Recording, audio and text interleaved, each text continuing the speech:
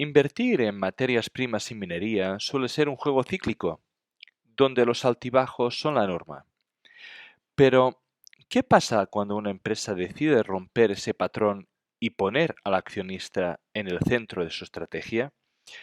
Hoy hablamos con una compañía que equilibra crecimiento y dividendos, priorizando siempre el retorno al inversor.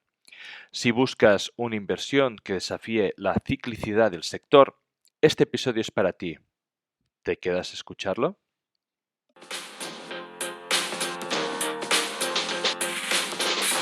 Bienvenidos amantes del subsuelo, esto es Charlando de Minas, el primer y único podcast en español dedicado a la inversión minera.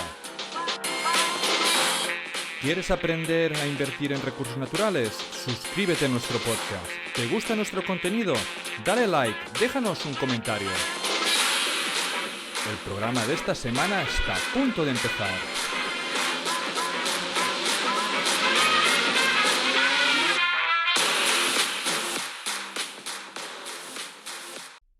Bienvenidos a Charlando de Minas, el único podcast en español dedicado a la inversión minera y de materias primas.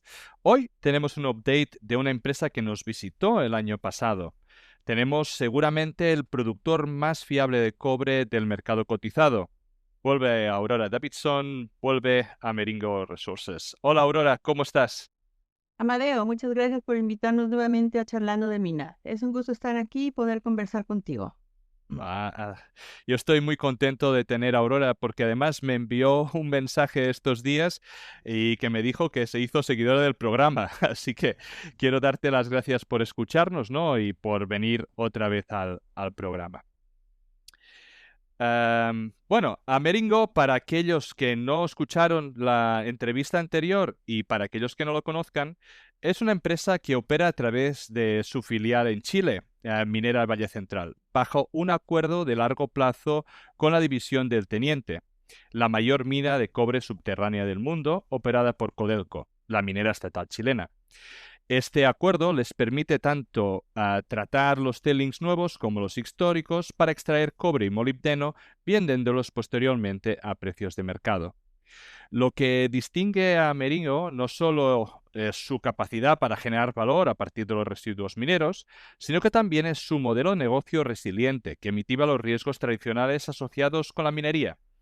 Además, la empresa es conocida por su compromiso con el retorno al accionista, implementando una política de dividendos consistente y recompra de acciones. Amerigo Resources cotiza en el Toronto Exchange con las siglas ARG.TO. Para aquellos que no hayan escuchado nuestra conversación inicial el año pasado, les vamos a dejar el enlace en la descripción del vídeo y en el primer mensaje. Aurora, creo que habéis tenido un año más que interesante en Amerigo en 2024. Para empezar, habéis dejado atrás todos esos problemas derivados del clima en 2023 para volver a producir alrededor de 64 millones de libras como fueron en 2022 y 2021. Además, con los precios tan altos de cobre, os han permitido centraros en uno de vuestros mayores objetivos, que es el retorno al accionista. Explícanos un poco en general cómo habéis vivido este año 2024. Mira, Amadeo, 2024 fue un año normalizado para nosotros después de haber vivido las grandes inundaciones que hubo en Chile en 2023 y de las cuales hablamos en nuestra primera charla. Pero dentro de esa normalización de condiciones, desde mi punto de vista tuvimos un excelente desempeño operativo en MVC. Como indicamos en su momento en nuestros anuncios al mercado, MVC superó nuestra orientación anual de producción y de cash cost. Nuestro equipo ha internalizado claramente los principales objetivos operativos que tenemos, que son producir cobre y márgenes financieros sin accidentes ni incidentes ambientales. Mira, como ejemplo de la excelencia operativa con la que trabajó MVC, puedo mencionarte que tuvimos disponibilidad de la planta concentradora del 97%. Alcanzamos también 3 años consecutivos de operaciones sin accidentes con tiempo perdido y continuamos implementando proyectos de mitigación de riesgos. No es que tratemos de optimizarlo todo, pero sí nos queremos concentrar en trabajar con las variables que pueden tener mayor impacto. Concretamente hablando, En el año pasado tuvimos una producción de 64.6 millones de libras de cobre y también producimos 1.3 millones de libras de molibdeno, que es nuestro subproducto, con un cash cost anual de 1.89. Y el precio promedio de cobre del mercado de Londres, del LME, subió 8% a un promedio de 4.15 la libra. Así que fue un año con un buen acompañamiento del precio de cobre y esto nos llevó a generar un flujo de caja operativo de 47.1 millones de dólares americanos. Para no sonar repetitiva, cuando hable de dólares siempre van a ser dólares americanos, excepto si te indico lo contrario. Entonces fue un año muy bueno para nuestra operación en MBC y para Amerigo y sus accionistas. No, la verdad que creo que son unos números extraordinarios y vamos a ir desgranando de alguna forma diferentes de las cosas que has explicado en el transcurso de la entrevista y para ver un poco también cómo prevéis este año y cuáles son las acciones que vais a tomar. Ahora lo que me gustaría centrar antes de pasar a estos números operativos es en el retorno al accionista, que creo que es una de vuestras principales fortalezas. El año pasado, aparte de vuestro dividendo tradicional de 0,12 céntimos de dólar por acción, habéis podido hacer un dividendo extraordinario de 4 céntimos adicionales, lo que implica un total de 0,16. En una acción que en 2024 ha cotizado entre el 1,28 y el 2,05 dólares, lo que implica un retorno aproximado, digamos, de entre el 7,5 y el 12%, dependiendo del momento de compra de la acción, si hubiese sido en 2024. Para ponerlo en perspectiva, Río Tinto tiene un dividendo anual alrededor del 5.5% por acción, lo que de alguna forma con Amerigo estaría recibiendo el doble de un gigante de la industria, ¿no? Entonces, es realmente un retorno muy importante de la acción para el accionista en términos de dividendo, ¿verdad? Sí lo es. Y creo que vale la pena que podamos hablar sobre ello para explicar qué es lo que ha pasado acá. Mira, Amerigo tiene desde octubre del 2021 una estrategia de retorno de capital. Nosotros lo estamos abreviando como CRS por sus siglas en inglés de Capital Return Strategy. Y en efecto, la CRS es un elemento bien distintivo de Amerigo. Dentro de la estrategia tenemos 3 herramientas de retorno al accionista que se pensaron muy bien porque en el mercado de cobre siempre va a haber ciclicidad y queríamos tener herramientas que nos dieran por un lado certidumbre y predictibilidad y por otro lado flexibilidad. Entonces acabamos diseñando 3 herramientas. Una de ellas es el dividendo trimestral, que actualmente estamos pagando 3 centavos canadienses por acción. Aquí sí son canadienses. Tenemos un dividendo adicional que debutó en 2024 con un pago por acción de 4 centavos canadienses y tenemos recompra de acciones. Entonces, para resumir, el dividendo trimestral, el dividendo adicional y recompra de acciones.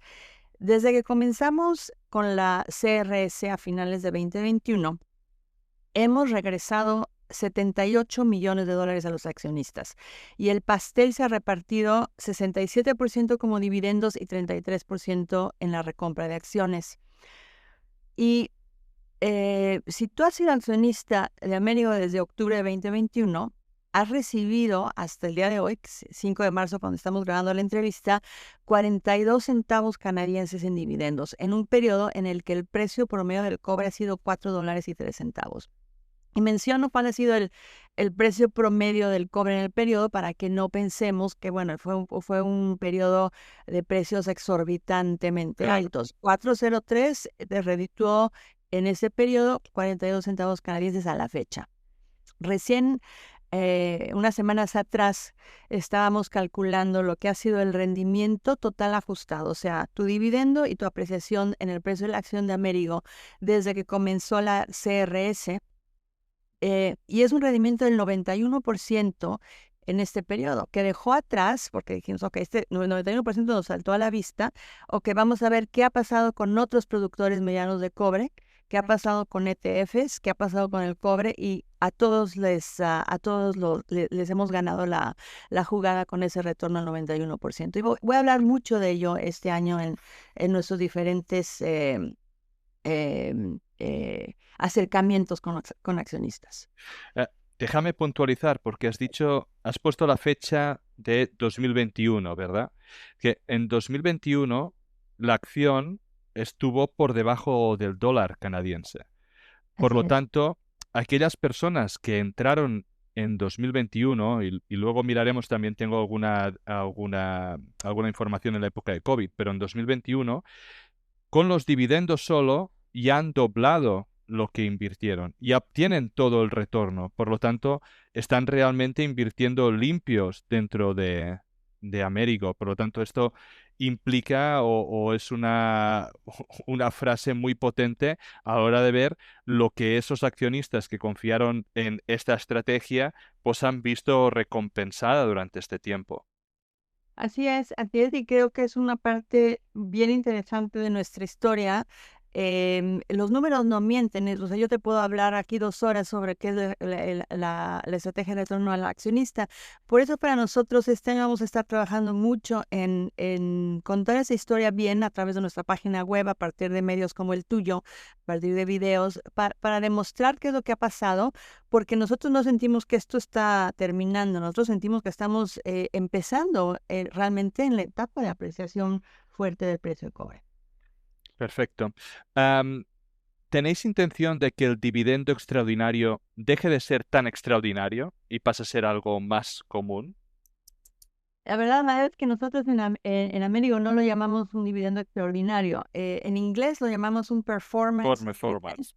Y lo traducimos como dividendo de rendimiento y decimos ese rendimiento es del precio del cobre. Entonces, si el cobre funciona bien, si el cobre tiene una buena actuación, este es el dividendo de actuación del cobre.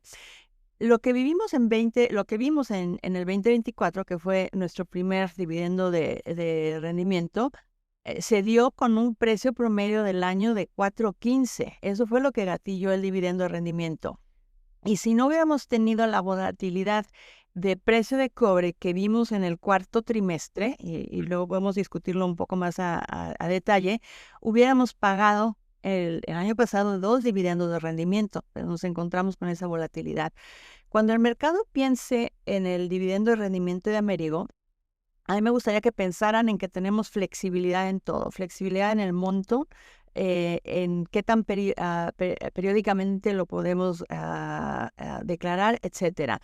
Entonces, no hay ningún patrón a seguir con ese dividendo. Todo el mundo me quiere encasillar y decir, bueno, pues si es la mitad doble, si diste uno 15 días antes del regular. No, no, flexibilidad, flexibilidad, flexibilidad. Ese dividendo tiene un DNA completamente diferente al dividendo trimestral, que es un dividendo bien, como dicen en Chile, bien fome, es regular en todo, ¿no? Mm, Entonces son dos animales diferentes. Y en periodo de precios de cobre alto, el dividendo rendimiento adquiere un rol predominante. perfecto. Bien claro. Si nos centramos en las recompras, desde 2021 habéis comprado más de 20 millones de acciones. Este último año, con un precio de la acción alto en comparación a otros años, habéis seguido comprando. ¿Es la intención de la directiva seguir comprando a un ritmo parecido? Mira, nosotros hemos indicado al mercado que cada año se hará la recompra de acciones por lo menos para comprar el número de acciones que se hayan emitido. En nuestro caso, emitimos acciones cuando se ejercen opciones. Exacto. De tal modo que anualmente el accionista no tenga dilución. Ese es el compromiso mínimo.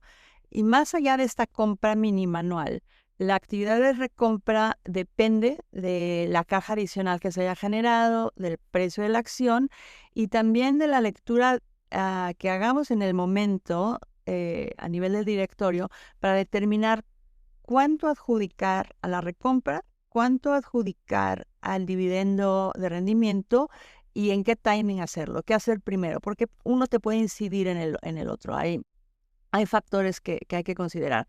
Y esto es cambiante, por lo tanto indicamos que el directorio tiene total flexibilidad para trabajar con las dos distribuciones adicionales, la recompra y el dividendo de rendimiento. Em, ¿Qué más te comento aquí? Bueno, no hemos visto aún un precio de la acción de Amerigo donde digamos, oye, ya no hace sentido hacer recompras. Eso es bien importante. E insistir en que la actividad de recompra no implica que no haya dividendo rendimiento y viceversa. Se pueden dar las dos y se pueden dar las dos al mismo tiempo. Perfecto.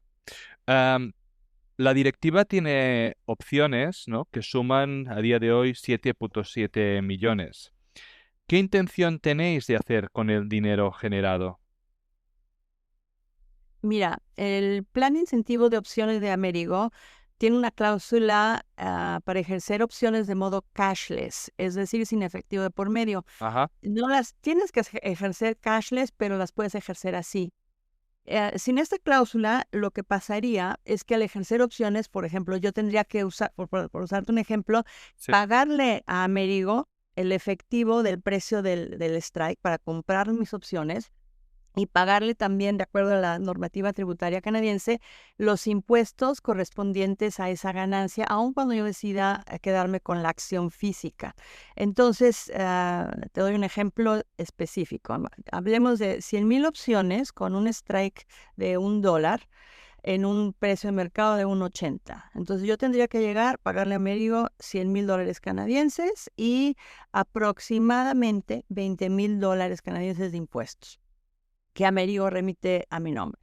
Entonces, si yo no tengo $220,000 guardados en la cuenta o en el cajón, ¿qué es lo que pasa? Tengo que inmediatamente vender 66,667 acciones y quedarme solamente con una parte. Ajá, En el proceso cashless, lo que funciona, como funciona es que se hace un ajuste para no hacer para evitar el trueque de efectivo y Amerigo me emite acciones por el neto, por la cantidad neta de la ganancia menos los impuestos. Entonces, es decir, me emite 33,333 acciones. Entonces, ahí en este ejemplo específico, la emisión real de la acción es una tercera parte del número grande que ves tú ahí de 7.7 entendido. millones. ¿Ok? Y esto tiene tres ventajas bien, bien interesantes. Uno, se reduce bastante el número de acciones que se emiten, que después de todas maneras las queremos recomprar. Recomprar, sí, sí. No se afecta al mercado porque no tienes de repente ahí una incidencia de oferta adicional en modo rush de gente que necesita venderla rápido para recuperar su efectivo y te incentivas a quedarte con las acciones a largo plazo. Así es como yo he hecho mi posición accionaria en Amerigo y como otras personas en Amerigo también lo han hecho, ¿no? Entonces, si tú tienes gerentes accionistas, estás bien alineado, no emitiste una gran cantidad de acciones, la empresa no necesita ese efectivo, es un modo bien muy interesante de recompensar y de alinear intereses sin generar una sobreemisión de acciones. Hmm. Ya que estabas hablando de, digamos, de las acciones, eh, ¿podrías explicarnos un poco la distribución accionarial que tenéis a Merigo? Sí, no ha cambiado mucho de lo que charlamos el año pasado. Nosotros tenemos accionistas internos, accionistas institucionales y retail investors. Ujú. La mayor parte de nuestros accionistas están ubicados en Canadá, en Estados Unidos, en Europa. En los últimos 3 años hemos tenido un gran influjo de accionistas europeos y la mayor parte es la combinación de internos y de institucionales. Perfecto. Am, ¿Qué os dicen estos accionistas? ¿Qué valoran más? ¿Las recompras o los dividendos extraordinarios? Mira, hablamos de los números que han recibido como retornos. Entonces, los accionistas están contentos con la estrategia de retorno a capital. Y pero al inicio había dos equipos más fanáticos. Estaba el equipo de este lado de la cancha, los pro dividendos, y del otro lado de la cancha, los pro recompra de acciones. Ajá, Y entonces eran vocales y muy enfáticos en sus opiniones hacia nosotros, porque siempre claro. estamos escuchando al accionista de esto nos conviene más o esto tiene más valor para nosotros. Pero con el tiempo se han suavizado esas tendencias. Yo creo que porque hemos demostrado que se pueden tener ambas, se puede tener la tendencia de los dividendos y las recompras. Cuando comenzamos fuertemente con recompras y durante los primeros 2 años de la estrategia de retorno a capital, estábamos más o menos con una distribución 50-50 en recompras y en dividendos. Y en ese momento estamos 67% en dividendos y 33% en recompras. Yo te diré que normalmente a lo mejor estaremos en un 60 dividendos, 40 recompras, pero no lo tomes como un No, número no, no. cristalizado en concreto, porque cambia, ¿no? Pero uno de los argumentos, por ejemplo, que utilizan los inversores institucionales es que prefieren la recompra de acciones porque no les gatilla impuestos. Entonces ellos están computando su ganancia, que es una ganancia ya no cristalizada, es un unrealized gain, porque tienen una porción más grande del pie de Amerigo, sin haber tenido que cubrir impuestos, ¿no? Pero para otros inversores, como dicen, cash is king, el efectivo manda. Y a mucha gente le encanta recibir trimestralmente su cheque de dividendos y sobre todo el cheque adicional del dividendo de rendimiento que no tiene fecha de por medio. Entonces, las dos tendencias son importantes y aquí lo importante es que uno no elimina al otro, ¿no? El éxito de la estrategia es que tienes a los tres y hay es moldeable la distribución de un año al otro, pero en conjunto han funcionado muy bien tener las tres patas de la estrategia. No te, básicamente te lo decía porque yo tenía un poco esta sensación, ¿no? Que hay como el equipo dividendo y el equipo recompras y normalmente no son muy amigos entre ellos, entonces cada uno tiene su opinión muy clara, entonces quería saber un poco cómo lo afrontabais y que veo de alguna forma una estrategia perfecta y que además creo que todo el mundo se puede sentir cómodo dentro de Amerigo con la estrategia que estáis realizando. He escuchado en otra entrevista que tenéis como un margen de cash para empezar a pensar en retornos extraordinarios, ¿no? No me acuerdo muy bien si era 25 o 35 millones, pero la verdad que de alguna forma es esa seguridad que necesitáis tener en caja para de alguna forma empezar a pensar en todos estos retornos más extraordinarios, supongo de rendimiento o de recompras, que podéis, ¿no?, devolver aparte de lo que ya está establecido, que es el dividendo trimestral. ¿Es más o menos así la forma de funcionar? Sí, mira, el nivel de caja consolidado, y creo que este es un punto que quisimos comunicar muy claro porque era una pregunta que recibíamos constantemente. Bueno, ¿a partir de qué nivel te sientes cómodo para distribuir más? Y ese nivel de caja mínima o caja ideal, como lo quieras llamar, caja meta, es 25 millones. En una entrevista reciente, seguramente fue la que oíste, dije 35 porque se me cuatrapeó. Quería decir 25 y dije 35. Y luego dije, no, No no pasa puedo, nada. fe de ratas. Pido disculpas por ello, pero la cifra meta es 25 millones de caja, considerando también el comportamiento puntual del precio de cobre. Aquí te cuento, por ejemplo, lo que pasó en diciembre. Nosotros yo te puedo decir ahorita en la otra pantalla tengo la posición de caja consolidada de la empresa. Es exactamente cuánto tenemos en caja cada día, casi, ¿no? Entonces sabíamos que íbamos a terminar diciembre de 2024, que es un periodo de reporte al mercado con más de 25 millones en caja. Pero también que habíamos visto que el precio de cobre había caído de 4.33 en octubre a 4.12 en noviembre, a 4.05 en diciembre. Trump estaba por entrar, estaba toda esta cuestión de la charla de tarifas por atrás. Entonces, como dice el dicho, no salga del puerto si las nubes no corren con el viento. Entonces, nosotros no sentíamos la confianza de decir, a pesar de que tenía la caja, hago algo más con ese dinero ahorita. ¿Por qué? Porque el outlook estaba un poco nublado, ¿no? Mm. Entonces, si hay volatilidad del precio de cobre, vamos a ser más cautelosos porque somos, por definición, una empresa conservadora y cautelosa.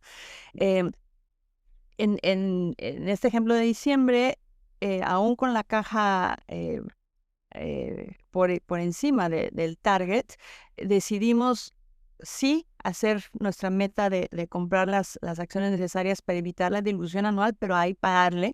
No consideramos prudente ni hacer más recompras de acciones, ni tampoco pagar un dividendo anticipadamente, aun cuando la caja lo hubiera permitido. Entonces, sí hago esta nota de cautela. La caja es importante, pero también hay que verlo más holísticamente en función de, bueno, cuál es el panorama del negocio, del precio de cobre que estamos viendo en ese momento. Ah, ¿Tienes la sensación de que habrá inversores que dirán que 25 millones en caja son demasiados? O la otra pregunta sería, ¿por qué necesitáis tanto dinero, digamos, en caja? En principio tenéis un tipo de negocio que es muy seguro y resiliente, ya se ha hecho las inversiones, estáis, que luego vamos a hablar de la deuda, tenéis un tipo de contrato con Codelco que siempre vais a ir generando cash un poco independientemente del precio del cobre. Entonces, ¿cuál es esa necesidad inherente de tener ese monto en caja? Bueno, tienes que tener caja operativa, tienes que tener una caja operativa. En el caso del negocio de Amerigo, nosotros vendemos nuestro cobre a 3 meses tenemos una exposición de 3 meses en el precio de cobre. Lo que yo te vendo en diciembre, recibo un pago provisional al precio de diciembre, Ajá. pero el settlement, el ajuste final, se hace con el precio promedio de marzo. Entonces yo siempre voy a tener esa exposición de 3 meses en la cual puedo tener que devolver el Ah, diferencial del precio de cobre de mi provisional al final a Codelco. Lo mismo me sucede con el molibdeno. Yo recibo un precio provisional del molibdeno. Mis ventas de molibdeno en muchos casos están en M+4 o M+5, entonces tengo 5 meses de exposición de volatilidad en este caso, de más de medio millón de libras de molibdeno. Entonces, esos son puntos especiales. Tienes cuentas por pagar, tienes impuestos por pagar, y no quieres quedarte siempre nada más con la cartera sí, sí. para ir al súper y se acabó, ¿no? Tienes que tener resguardado. Ahora, tienes línea de crédito, estoy de acuerdo, pero a lo mejor no quieres gatillar tu línea de crédito. Creo que es nada más una cuestión de planeación de tesorería, aquí sí, de tener cubierto por lo menos 2 dividendos, tu exposición de tus Ms+3 o tus Ms+5 del cobre y del moli. Entonces, el cálculo no es arbitrario, es un cálculo que se requiere para tener esa certidumbre de que no estás eh, pegado contra la pared en cuestión de Sí, sí, sí, no estás al descubierto, ¿no? Creo que la explicación ha sido súper clara y convincente, sobre todo por el hecho de que estás diciendo de tener esos 3, 4 o 5 meses de previsión, dos dividendos allí, y tener ese flujo de caja como para poder hacer frente a estas variaciones de precio. Creo que es súper, súper racional y que funciona mucho con la filosofía, digamos, conservadora de la empresa. Bien. Me acuerdo el año pasado que hablamos de que teníais la intención de estar saneados de deuda en 2026. ¿Sigue este plan en pie?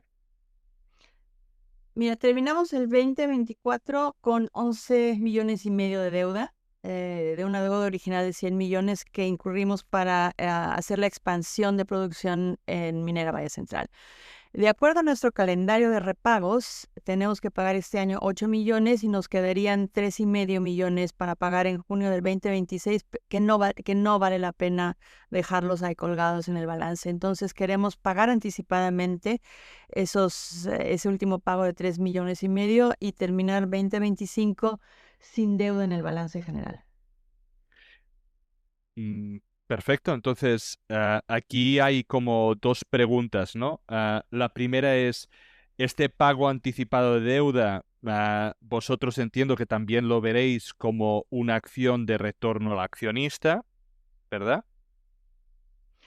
Es una acción que nos elimina la diferencia entre el free cash flow y el free cash flow to equity. Entonces ahí básicamente lo que estás haciendo es estás acelerando el pago a tu banquero para que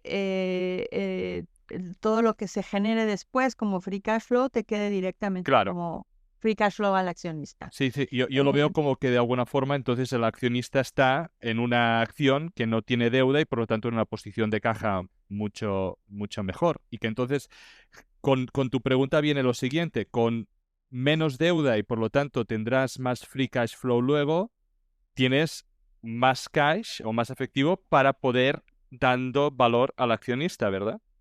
Claro, cuando eliminemos la deuda este año, en igualdad de otras condiciones, vamos a estar liberando aproximadamente 9 millones anuales en términos normalizados de caja que estábamos destinando a amortizar el pasivo y a cubrir cargos financieros. Entonces ahí, a partir del 2026, prácticamente podemos añadirle 9 millones sin que cambie nada más en las variables al free cash flow proyectado de retorno accionista. Perfecto.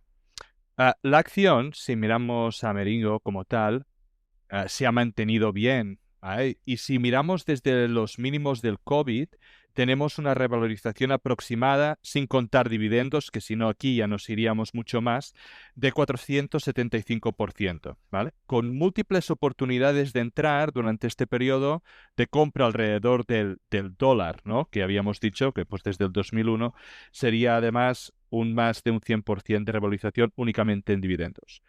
Sin embargo, tengo compañeros que dicen que de alguna forma las capacidades de crecimiento de Amerigo son limitadas o inexistentes. En parte, tienen razón porque vosotros mismos en las presentaciones decís que no tenéis intención de crecer, sino que queréis un negocio estable y que queréis este retorno al accionista. ¿Cómo mirarías de convencer a este tipo de inversor o persona que tiene esta percepción de Amerigo?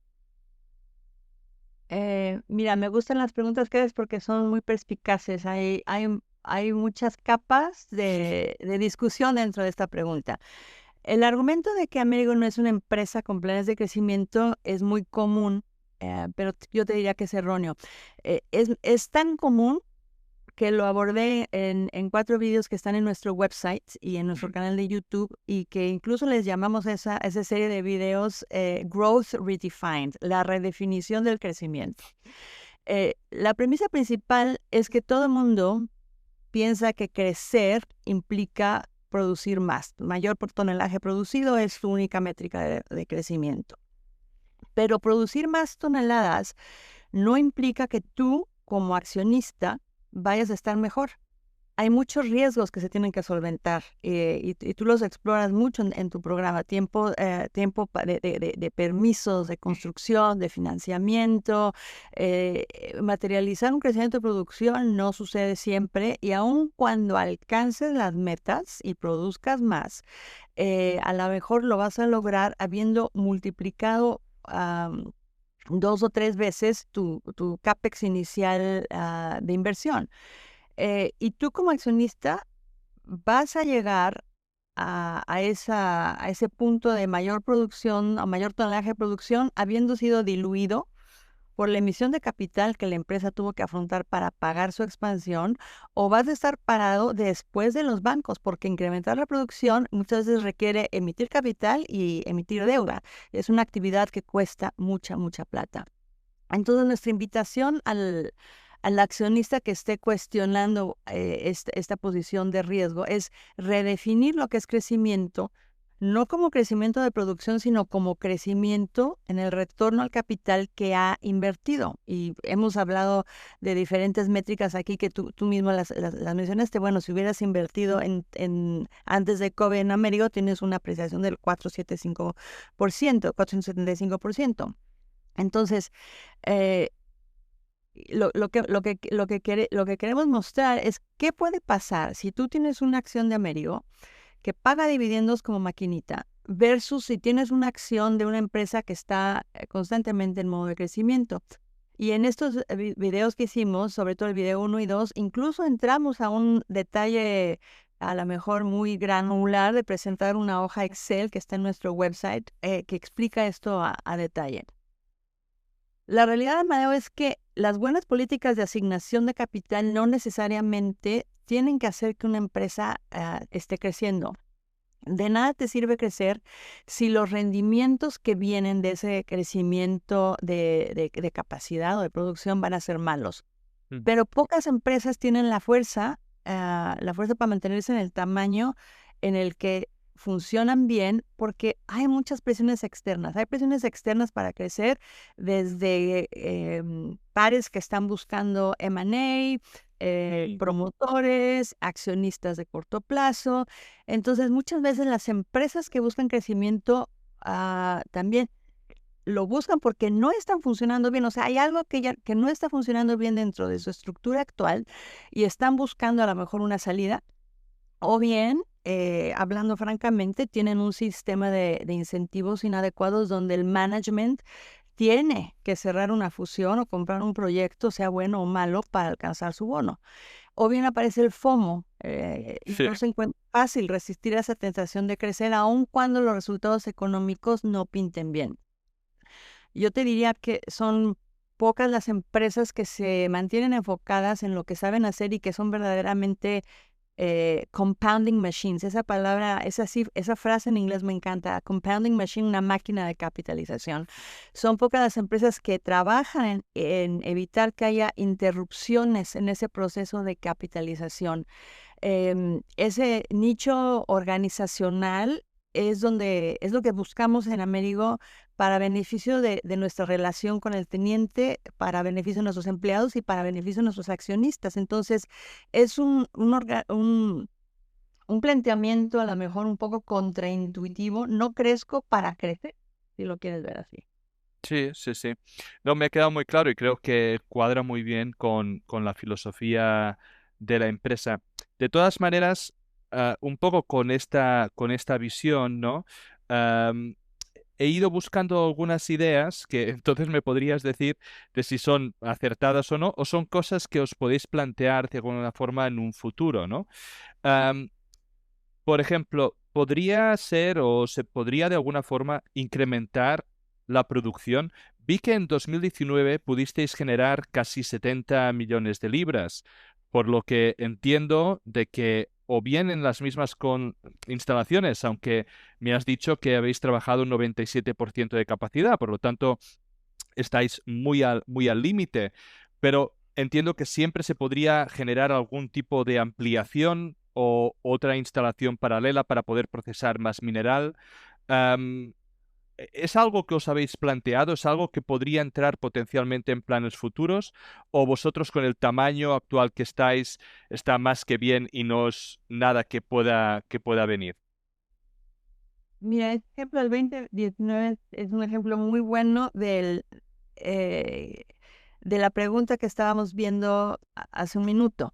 Ah, En el año 2019 sí produjimos 70 millones de libras, tal y como tú lo mencionas, pero dentro de esa producción se incluyó el procesamiento de un contrato de cortito plazo, fueron un poco más de un año, de procesamiento de escorias del teniente. Y ese contrato de procesamiento de escorias nos dio un aporte de casi 12 millones de libras de producción.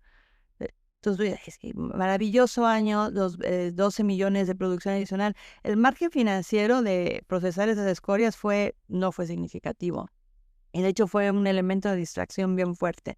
ah, Y este es un ejemplo perfecto de cómo el efecto de crecimiento de producción en un periodo corto puede no tener ningún impacto en el bottom line, ¿no? mm, Si tú eliminas ese contrato ancilar del procesamiento de escorias, en el 2019 produjimos 58.2 millones de libras, que es 10% menos de lo que produjimos en el 2024. Entonces, nuestra producción de la que vivimos, de sí. la que vive MBC, la que genera un margen, fue 10% menor por estar distraídos en meter un top line revenue de 12 millones de libras. Ahora, eh, en MBC ya estamos procesando el 100% del relave que nos envía el teniente. Si tú me dijeras, ustedes pueden crecer porque no están procesando, no tienen la capacidad de procesar todos los relaves frescos del teniente, entonces yo diría, sí, tengo una oportunidad de crecimiento y estoy incurriendo un costo de oportunidad por no procesar ese Claro. relave que trae cobre. Entonces, la tomaría como válida, pero yo ya estoy procesando el 100% de ese relave fresco, que es el que me interesa procesar como primera fuente, porque lo vimos en la entrevista pasada. Si yo no lo proceso, estoy dejando que ese relave pase por MVC, se vaya y no se recupere ese cobre para la empresa. Nuestra segunda capa de procesamiento para cubrir nuestra capacidad completa de procesamiento en la planta son los relaves históricos. Si no los proceso hoy, los proceso mañana. Si no los proceso mañana, los proceso pasado. Pero ahí están y los voy a procesar todos. O sea, no estoy dejando de procesarlos.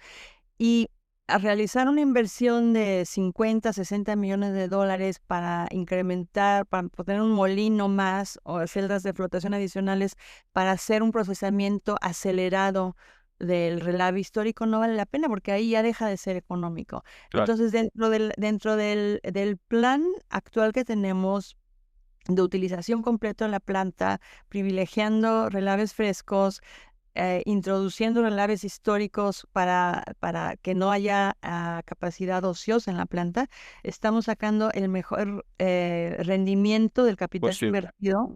em, no estamos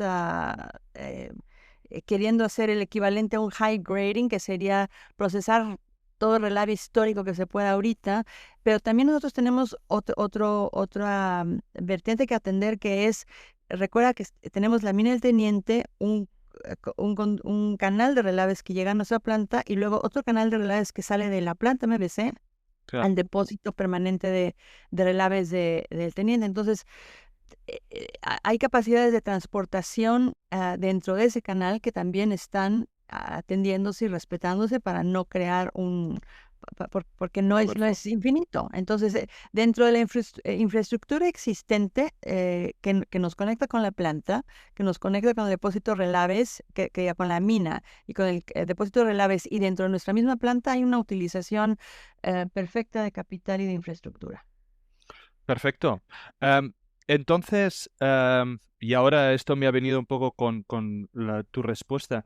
¿Sería factible reproducir lo que estáis haciendo en el Teniente en otra mina de Codelco, siguiendo de alguna forma la misma asociación, como para tener más de una operativa y de esta forma, digamos, crecer? ¿O es algo que es tan única, digamos, esta mina, que ya está, de alguna forma, sería complicado reproducirlo, el modelo de negocio?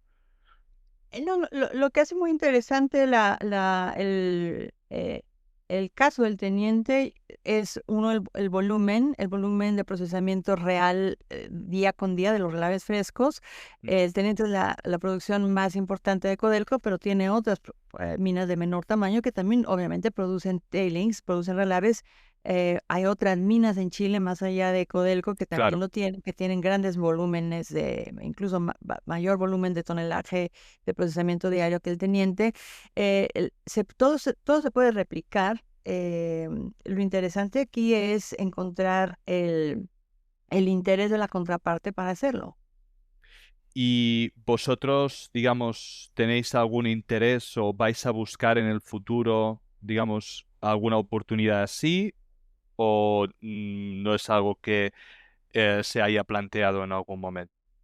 Nosotros estamos interesados, obviamente somos expertos en el procesamiento de Claro. relaves de cobre, somos expertos en lo que es una operación de este nivel en Chile, entonces creo que existen oportunidades muy interesantes y creo que en la medida que el precio de cobre incentivice a los dueños de los relaves a ver a sus relaves como una fuente adicional de ingreso, somos el partner por excelencia que puede realizar una operación exitosa en conjunto con ellos.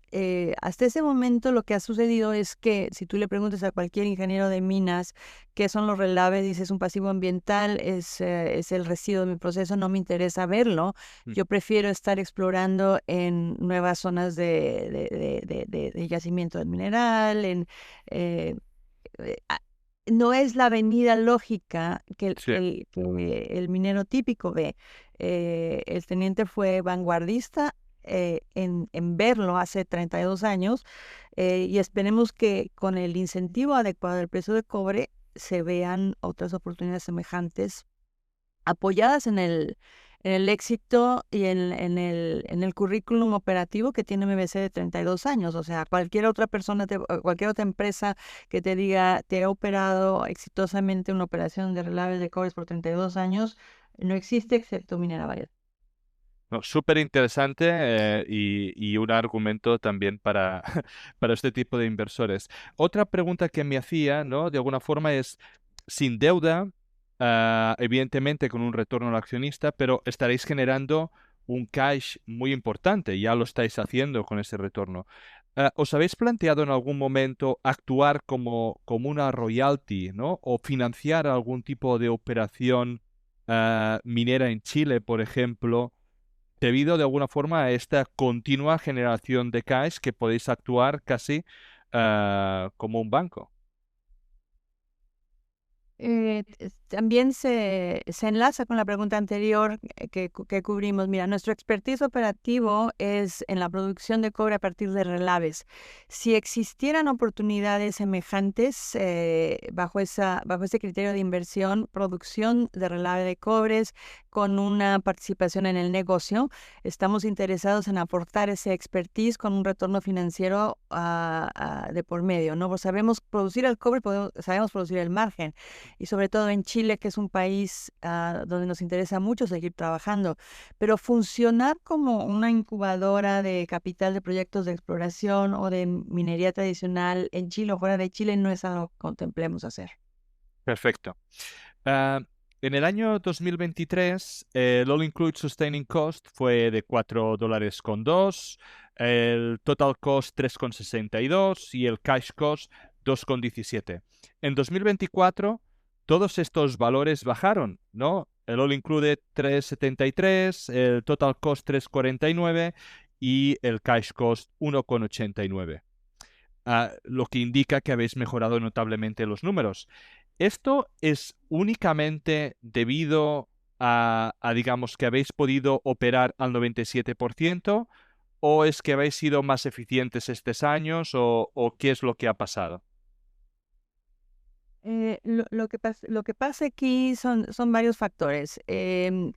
Todos estos costos, el cash cost, el total cost, el all inclusive sustaining cost, se reflejan o se reportan como unidades de libra producida. Y recuerda que en el 2023 producimos 10% menos de lo normal por Claro. las lluvias o en Chile. Entonces hay un factor importante.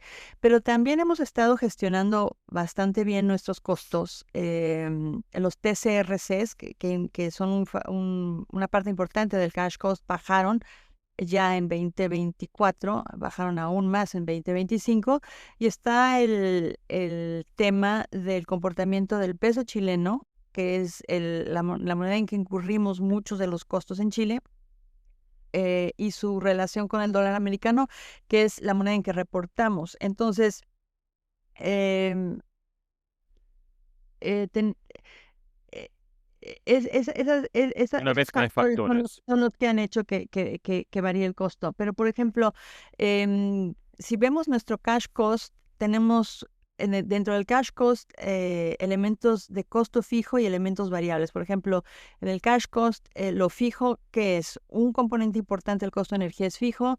Los TSRC son fundamentalmente fijos. La mano de obra, mantención, operación de los relaves históricos. Los precios de nuestros insumos importantes son fijos anuales. El precio de bola de molienda, de cal, de reactivos, el costo de administración y transportación, y muchos de los costos directos son fijos. Y como cuestiones variables asociadas a niveles de producción, tenemos un componente del costo de energía. Los consumos de bolas de molienda, de cal, de reactivos son variables. El crédito del MOLI, que se reporta como reducción del cash cost. Ah, Entonces el precio del MOLI es variable. Pero el factor de tipo de cambio del peso chileno frente al dólar es importante, tiene una sensibilidad no menor. Em, Eso sería el cash cost. el factor importante para pasar de cash cost a total cost, sumamos el royalty al teniente. Los royalties al teniente varían de precio de cobre. Están asociados a niveles de producción y a niveles de precio de cobre. La depreciación, yo quisiera que todo el mundo quitara depreciación de la cuantificación del total cost porque más bien distrae. Claro. Y luego en el All Inclusive Sustaining Cost, que tenemos ahí CAPEX de sustentación, que por lo general va a ser estable año con año, pero también se incurre en pesos chilenos, entonces el factor tipo de cambio cambia. Y el factor el último componente del All Inclusive es el costo de casa matriz, que es estable, ese no varía mucho, pero se incurre en dólares canadienses que también está teniendo desafortunadamente mucha variabilidad contra el dólar americano. Sí. Sí, lo hablábamos antes. Todos los factores geopolíticos pues no están ayudando a estabilización de moneda. Referente a inversiones, muchas de las inversiones que habéis realizado estos últimos años han sido para mitigar riesgos energéticos, para mitigar riesgos climáticos.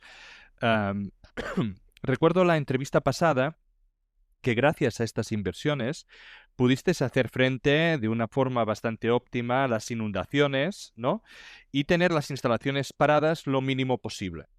¿Este año 2024 habéis tomado alguna acción parecida? ¿En 2025 prevéis algún tipo de inversión en este sentido? No bajo la misma línea. Creo que para cuando tuvimos la entrevista en 2024 acabábamos de poner en línea, pero fue un proyecto del 2024, un transformador de alto voltaje como stand-by. Otras obras que hicimos en 2024, construimos un dique de contención de agua en el Tranque Cauquenes para ayudarnos a detener lluvia en sectores, y comenzamos la compra de un buen número de bombas adicionales para evacuar lluvia del tranque en caso de inundaciones.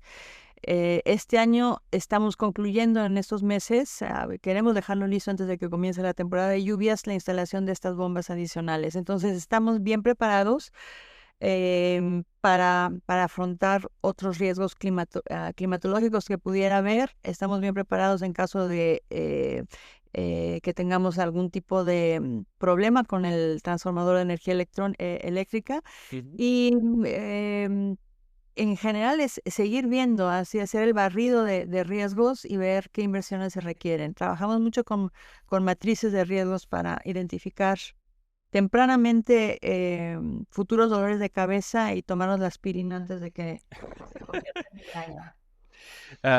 Una pregunta que ahora me ha venido con tu respuesta. ¿Vosotros la energía de dónde la sacáis? ¿Cómo lo hacéis? Nosotros tenemos un contrato de suministro de energía eléctrica a largo plazo. Tiene el mismo plazo que nuestro contrato actual con el teniente 2037. Toda la energía que recibimos es hidroeléctrica. Muy bien. Entonces, es energía verde certificada en Chile con uno de los proveedores más importantes de Chile. Se estaba pensando un poco eso, de las opciones de alguna forma o debían hacerlo más verde o debían reducir costes por allí, pero veo que como era de esperar, lo tenéis todo bajo control. Sí, no, bueno, sí, no. Obviamente nuestro contrato, de hecho, una de las partes importantes de nuestro contrato de suministro de energía es que tenemos tarifa fija únicamente con escalación anual en base al CPI de Estados Unidos, entonces prácticamente un resguardo inflacionario. Pero una parte del contrato son lo que se llaman los cargos de transferencia a grandes consumidores en Chile, y ahí todos hemos sido penalizados. Hay que decir las cosas tal como son, por la falta de reliability, ¿cómo se dice? Sí, La falta de confiabilidad de las fuentes de energía verde en Chile. Entonces, energía de molinos de viento, energía solar, no siempre acaba suministrando lo que tiene que suministrar, tiene que entrar la red a cubrir, y ahí hay una penalización implícita por esa transición que todo el mundo quisiera que funcionara más bien y que tuviera mayor índice de éxito, pero no lo tiene y todo tiene un costo. Todo lo que no funciona tiene un costo y alguien tiene que pagar ese costo. Entonces, los costos indirectos a través de estos cargos de transferencia los estamos pagando aún los que tenemos contratos de energía verde. Perfecto. Entonces, llevamos casi ya una horita hablando de Amerigo, hablando de vuestros resultados, hablando del retorno al accionista. Creo que hemos tocado básicamente todos los palos de cómo os ha ido y qué es lo que podemos prever, pero vamos a hacer como un resumen general. Aurora, ¿qué puede esperar, digamos, un accionista que entrase hoy después de escuchar esta entrevista a Amerigo Resources hasta el próximo año que podemos volver a hablar? ¿Qué es lo que puede esperar un accionista? Pues el accionista debe esperar ser accionista de una empresa que ha sido construida para ser una empresa a largo plazo. Tenemos una relación de largo plazo con la mina del Teniente, y la mina del Teniente es una mina de largo plazo por definición. Es una mina que tiene más de 80 años de producción enfrente de ellos. En 2024, para resumir lo que se puede generar en Amerigo, con un precio de $4.15 generamos $47.1 millones. La gente que está invirtiendo en el sector tiene su propia visión de dónde va a llegar el precio de cobre y puede hacer esta extrapolación de si con 4.15 se produjeron 47.1, en nuestra página web pueden ver a otros niveles de precio de cobre, que es lo que nosotros estamos indicando como orientación al mercado para este año. Como organización tenemos años de implementación, implementando los recursos de la empresa para obtener el mejor retorno posible al accionista y con un enfoque bien claro de maximizar el valor de la acción a largo plazo. Nosotros no estamos aquí para hacer un performance de corto plazo y retirarnos a otros proyectos. Estamos invertidos aquí a largo plazo y ofrecemos esa visión de gestión de largo plazo a los inversores en un negocio diferente que tiene muchas bondades y que mantienen una exposición completa al precio de cobre. Muchas gracias, Aurora, por tu tiempo. Gracias, Amadeo. Esperemos vernos prontamente, por lo menos el próximo año. Seguro. Américo.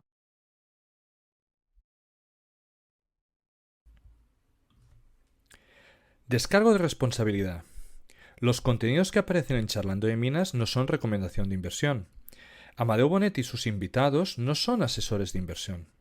Los autores pueden tener algún interés en las compañías que se mencionan en esta publicación. Igualmente pueden tener sesgos y no ser imparciales. La información en esta publicación y de todas otras de Charlando de Minas son impersonales por naturaleza y de carácter generalista y deben ser consideradas como un producto de entretenimiento. Recuerda que el riesgo mínimo de cualquier inversión mencionada en este vídeo es el 100% del capital. Antes de tomar ninguna decisión de inversión, es imprescindible que consultes a un asesor de inversores cualificado y con experiencia. Estas emisiones son un relato personal de mi aprendizaje en el mundo de los recursos naturales. En este podcast intentaremos traer empresas, comentar tesis de inversión y hablar con gente relevante en el sector. Si te gusta, dale like y suscríbete. Soy Amadeo Bonet y esto es Charlando de Minas.